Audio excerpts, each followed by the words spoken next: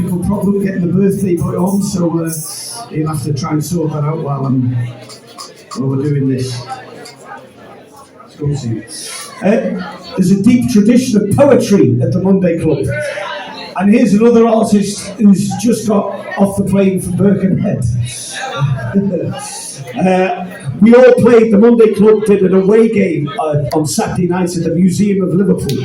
And everybody stepped up and performed brilliantly. I was very proud of them all. I had a lovely email off the head of the museum today to say she was absolutely knocked out by the standard of our Monday Club. So well done to all of our Monday Club. And this gentleman was playing. He's a man of great mystery. Give it up for the Birkenhead Poets! Nice one, thank you. Does that sound alright? Yeah. Anyone in from Birkenhead? I know there is. Anyone in? Yeah. God bless you. Anyone not from Birkenhead? Yeah. God will understand.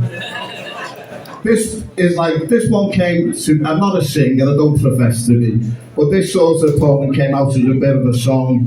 And I've been going out with Jan now for about 2 years. Well, it was 2 years actually today.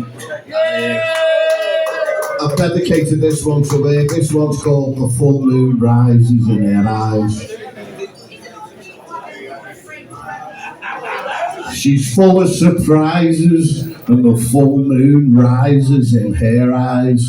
I said she's full of surprises and the full moon rises in her eyes. And with just one look, she's got me hypnotized. She drives me crazy, my pretty lady, yeah. I said she drives me crazy, my pretty little baby, yeah. Because she's full of surprises and the full moon rises in her eyes. I said she's full of surprises and the full moon rises in her eyes. And under covers I love her like no other, yeah. I said under the covers I love her like no other, yeah. Because she's full of surprises and the full moon rises in her eyes. I said she's full of surprises and the full moon rises in her eyes.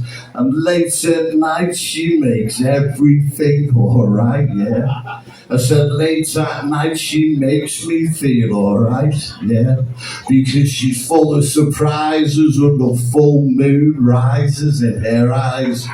I said she's full of surprises and the new dawn rises in her eyes. Thank you. Nice one. Like you say, if you're from Birkenhead, you're from Liverpool, you'll probably get onto this one. If you're not, you hope you understand it. This one's called Statues. I've walked with the Beatles down at the Pierhead, just a fab four of me. I've stood talking with Billy Fury on the banks of the River Mersey, looking across to the fabled land of Birkenhead, then out across the Irish Sea. I've walked down Matthew Street to pay me respects to John Lennon and give his head a lucky rub. I gave Sarah Black a surprise, surprise kiss outside the Cavern club. I bumped into Brian Epstein by the lobster pot, but he was too busy to chat with me. So I sat on the lonely bench with Eleanor Rigsby, but she wasn't in the mood for company. I've sat astride the lamb banana, I've tickled the tickling stick of Ken Dodd, and then here we got close to touching Queen Victoria's knob. People might think my hobby's strange, some might find it odd. Why would anyone try to get to grips with Queen Victoria's knob? Local folklore has it, if you can touch Queen Victoria's knob, it will bring you luck, but trying to get anywhere close to it is literally hard as fuck. I tried to scale the monument, but I got chased off by the plod. They'd rugby tackle me to the ground for assaulting Queen Victoria's knob. I got let off with a proper bollocking and a police caution for acting like a yob. The Liverpool Echo exposed me for assaulting Queen Victoria's knob. If there's a moral to this story, then I guess it must be this. If you try to rub Queen Victoria's knob, don't, or you could end up looking like a dick. Thank you.